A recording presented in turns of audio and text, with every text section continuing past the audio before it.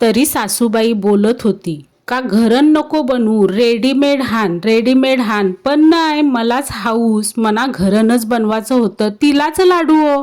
नाही म्हणजे दुसरा काय कारण नाही, हाताला जाम चटकं लागतात ना, म्हणून घरांची बोलत होती रेडीमेड हान सरल. पण नाही, मना घरनच बनवायचे होते.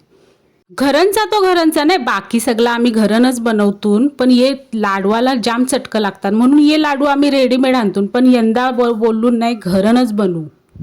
पण बाबा बाबा, नुसतं हाताला चटकं लागायला लागलं. गरम गरम मिश्रण होता, हाताला तूप लावला, पाणी लावला, जरासा कुठं चिकटला तरी नुसता हाताला चटका लागत होता. बाबा बाबा.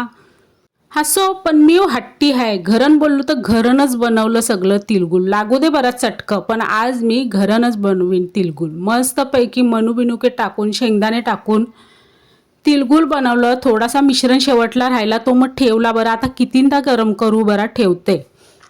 खाऊन बघितले तर जाम भारी झालतं. शेवटी घरांचा त्या घरांचा, बाहेरच्याची चव कशी येईल.